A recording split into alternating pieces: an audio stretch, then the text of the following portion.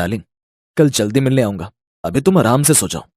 अच्छा सुनो, तुम्हारी तबीयत खराब थी, दवाई ले ली ना? चलो ठीक है, अब आराम से सो जाओ, कल मिलने आता हूं तुमसे, अपना ख्याल रखना। ये कहकर सौरभ फोन रख देता है। उधर नकुल भी अपने फोन पर किसी से बात कर रहा था।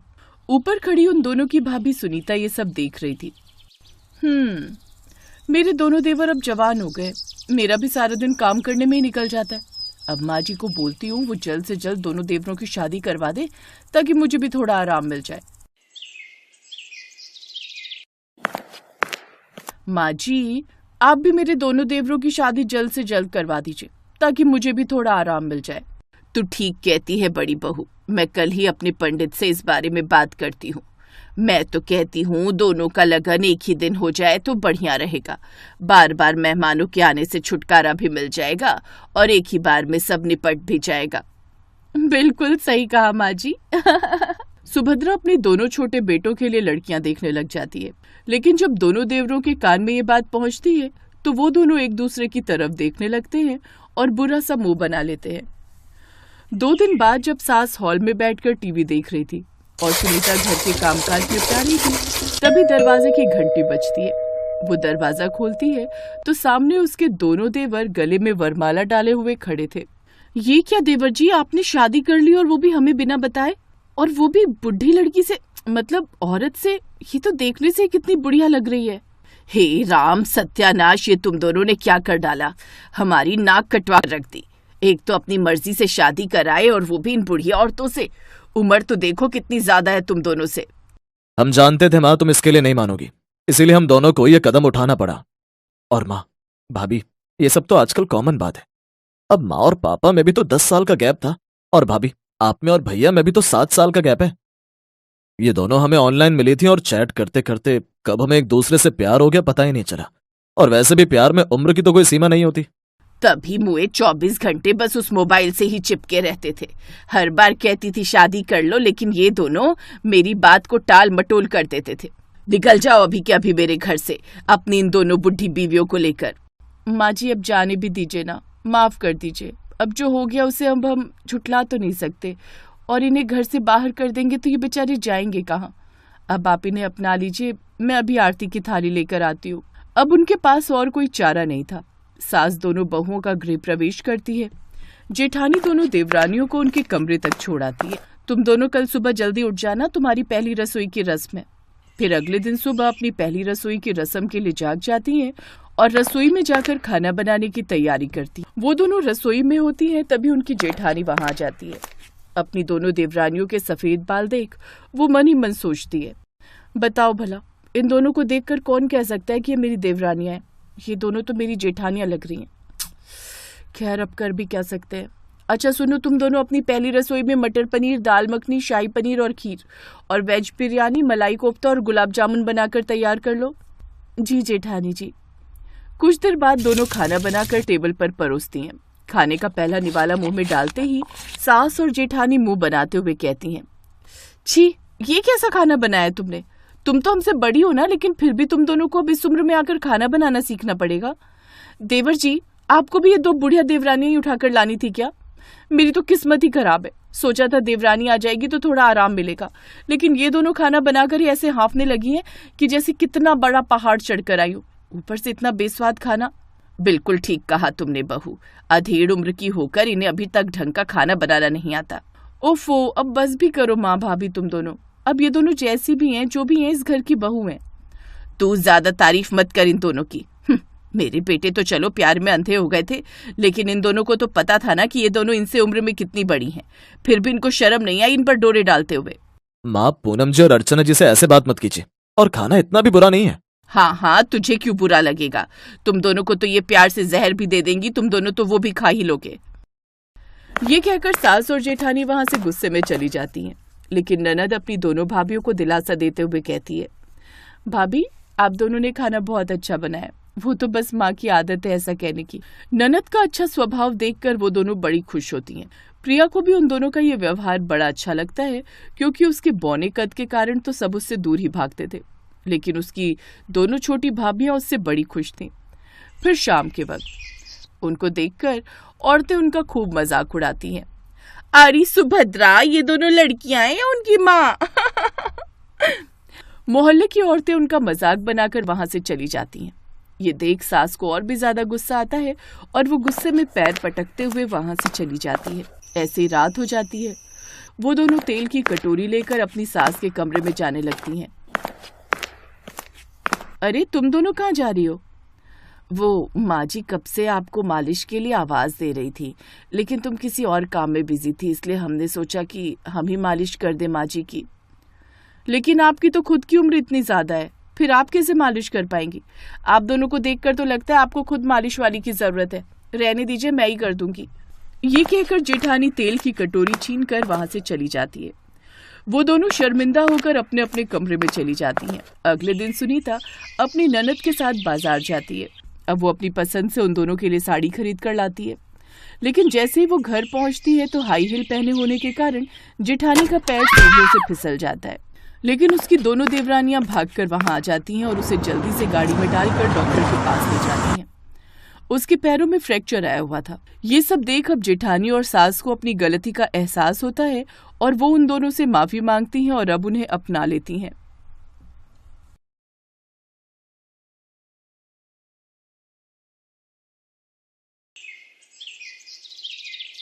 अरे देख जरा संभल कर, कहीं मेरी खोपड़ी ना फूट जाए। वही तो फोड़नी है। जब भी बाहर जाओ लड़कियों को ऐसे देखते हैं जैसे आज से पहले लड़की कभी देखी ही नहीं। कल ही पड़ोसन सुमित्रा भी कह रही थी कि भाई साहब तो अभी भी ऐसे तैयार होकर घूमते हैं जैसे कि कोई 30 साल के जवान लड़के हो। हाँ तो उसके पति को देखा है कैसा बूढ़ा हो गया है। अरे तुम्हारा पति जवान है इसलिए मोहल्ले के सब बूढ़े मुझे देखकर जलते हैं। और पता है आज भी बाजार अकेले जाऊं ना तो लड़कियां मुड़ मुड़ के मुझे देखती हैं। हाँ हाँ, जैसे कि सलमान खान हो ना कहीं के। और क्या, मेरे बड़े पापा सचमुच में दिखते तो आज भी सलमान खान है, एकदम हैंडसम हंक। बिल्कुल सही कहा। लेकिन तुझे कितनी बार कहा है कि मुझे बड़े पापा मत बोला कर। माना कि मेरा छोटा भाई रामदीन और उसकी पत्नी बचपन में ही तुझे छोड़कर चले गए थे, तब से हमने तुझे अपनी औलाद की तरह ही पाला है, इसलिए तू मुझे बाऊजी ही बोला कर, समझा? हाँ बेटा, बिल्कुल ठीक कहा। लेकिन इसका मतलब ये नहीं कि मैं सारा गुस्सा भूल गई। आज तो आपको मुझसे कोई नहीं बचा सकता। गुस्से में वो जोर से पतीला उठाकर फेंकती है, जो कि उनके घर आ रही उनकी पड़ोसन सुमित्रा के सर पर लगता है। हाय, मर गई रे, मर गई। हे राम, ये क्या हो गया? अच्छा हुआ, ये इसी के लायक है। अरे तुम जल्दी से जाकर डॉक्टर को फोन करो। वो जल्दी से पास के डॉक्टर को फोन करते हैं। ये तो तुम लोगों का रोज का हो गया है। रुको, मैं अभी आता हूँ। डॉक्टर आकाश सुमित्रा की पट्टी करता है। अरे भाई, थोड़ा तो ध्यान रखो। ऐसे किसी को ज्यादा चोट लगी ना तो वो बेचारा तो परलोक ही निकल जाएगा। ये कहकर डॉक्टर वहां से चला जाता है। एक रोज मोहनलाल अपने एक दोस्त के साथ उसके गांव किसी शादी में जाता है। फिर 2 दिन बाद जब वो वापस लौटता है तब निर्मला देवी सुबह की पूजा कर चुकी थी कि तभी दरवाजे की घंटी बजी। रेखा बहू, जरा देखो तो लगता है तुम्हारे बाबूजी आ गए। बोल रहे थे कल गांव से आ जाऊंगा। जी माँ जी, खोलती हो। रेखा ने जैसे ही दरवाजा खोला वो दंग रह गई। मोहनलाल के साथ एक 16-17 साल की लड़की थी जिसने गले में जयमाला पहनी हुई थी और मांग में सिंदूर लगाया हुआ था। बहू, अपनी नई सास का गृह प्रवेश नहीं करोगी? ये क्या कह रहे हैं बाबूजी? नई सास? हाँ, मैंने मनोरमा से शादी कर ली है। क्या शादी? ये सब क्या है बाबूजी? मैं कुछ समझ नहीं पा रही हूँ। क्या हुआ रेखा बहू, कौन है ये? आपके साथ कौन है? मेरी पत्नी है मनोरमा। मैंने इससे गांव में शादी की है। अब ये हमारे साथ ही रहेगी। ये कैसी शर्मनाक बातें कर रहे हैं? आपने दूसरी शादी कर ली और वो भी एक बच्ची से जो हमारे बच्चों की उम्र की है। घर में बहू बेटा है और आप इस उम्र में अपने बच्चों के बराबर की लड़की को शादी करके ले आए हो। आपको ये जरूरत क्यों पड़ गई? अरे मेरी मर्जी। मुझे मनोरमा पसंद आई तो मैंने उससे शादी कर ली। मनोरमा मेरा बहुत ख्याल रखती है। तुम्हारी उम्र हो चुकी है, तुम तो मेरा बिल्कुल भी ख्याल नहीं रखती हो। अब जहां मेरी कमी पूरी होगी वहीं तो मैं जाऊंगा ना। जो मेरा ख्याल करेगा मैं उसे ही तो अपने साथ रखूंगा। मोहनलाल जी ठीक कह रहे हैं। मैं और मोहनलाल जी एक दूसरे से बहुत प्यार करते हैं। जब हम दोनों को इस शादी से कोई ऐतराज नहीं है तो आप बीच में बोलने वाली कौन होती हैं? अब से मैं इसी घर में रहूंगी मोहनलाल जी के साथ। बाबूजी, आप ये ठीक नहीं कर रहे हो। माँ के होते हुए आप दूसरी शादी नहीं कर सकते। राजीव ठीक कह रहे हैं। एक शादी होते हुए दूसरी शादी करना कानूनी जुर्म है, और वैसे भी मनोरमा नाबालिग है। एक नाबालिग से शादी करना भी जुर्म है। माँ जी अगर चाहे तो आपके खिलाफ पुलिस में रिपोर्ट कर सकती हैं। पुलिस में रिपोर्ट करके दिखाए। अभी कमरे में जाऊंगा और अपनी जान दे दूंगा। बोलो निर्मला, क्या तुम यही चाहती हो कि मैं अपनी जान दे दूं, मैं अपनी खुशी ना देखूं? रेखा बहू, राजीव बेटा जो होना था हो गया। इन्होंने अपनी मर्जी करनी थी कर ली, अब कुछ नहीं हो सकता। मनोरमा को यहाँ रहने दो। मैं नहीं चाहती मेरी वजह से कोई अपनी जान दे।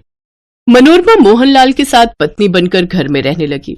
कुछ दिनों बाद मनोरमा के माँ बाप भी रहने के लिए आ गए। उन्होंने कभी शहर का रहन सहन नहीं देखा था।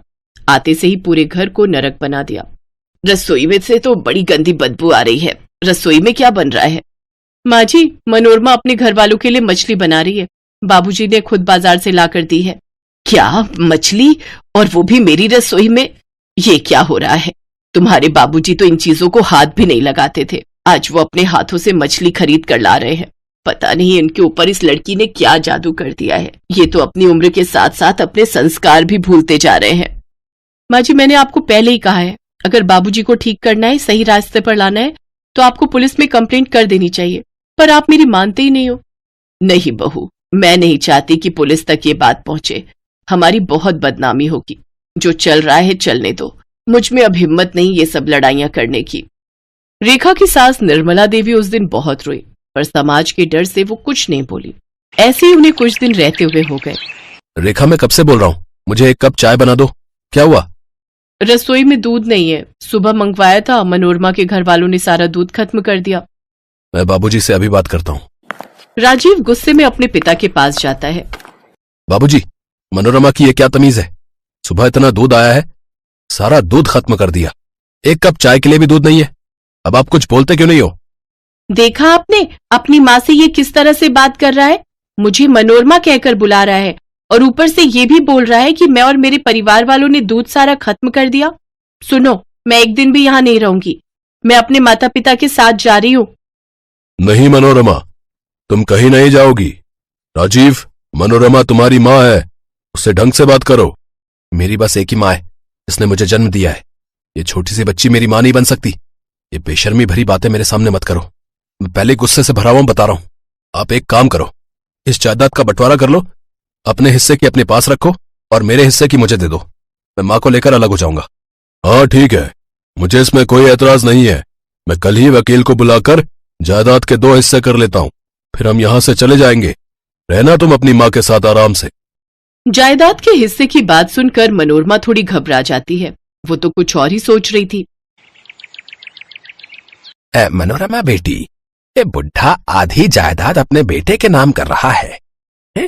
हमने इस बुढ़े के साथ तेरी शादी इसलिए थोड़ी की थी ये आधी जायदाद हाथ से निकल जाए। अरे, हमने तो इसलिए तेरी शादी इस बुढ़े के साथ करवाई थी ताकि पूरी जायदाद की मालकिन तू बन जाए, और इस बुढ़े के कुछ सालों में मरने के बाद हम आराम से ऐश करें। चिंता मत करो बापू, ये पूरी जायदाद हमारी ही होगी।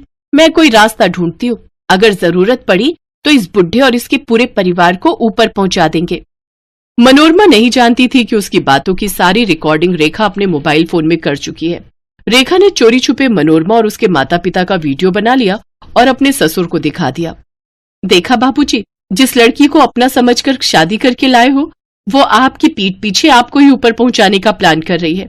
अभी भी समय है, संभल जाओ बाबूजी। इस परिवार को बर्बाद होने से अब आप ही बचा सकते हो। तुम ठीक कह रही हो बहू, मुझसे बहुत बड़ी भूल हो गई। मैं इस मनोरमा के प्रेम जाल में फंस गया। नहीं, अब ये इस घर में बिल्कुल नहीं रहेगी। ऐसे भी दूसरी शादी का कोई मतलब नहीं बनता। मनोरमा मेरी कुछ नहीं है। रेखा की चाल कामयाब रही। उसके ससुर को अक्ल आ गई और उसने मनोरमा को उसके परिवार के साथ धक्के देकर बाहर निकाल दिया। मोहनलाल की आंखों पर से मनोरमा के झूठे प्यार और धोखे का पर्दा उठ गया। आज निर्मला देवी के जीवन में फिर से सुख शांति आई थी, तो वो अपनी बहू रेखा की वजह से। रेखा ने अपनी समझदारी से अपने सास ससुर के रिश्ते और अपने घर को बिखरने से बचा लिया।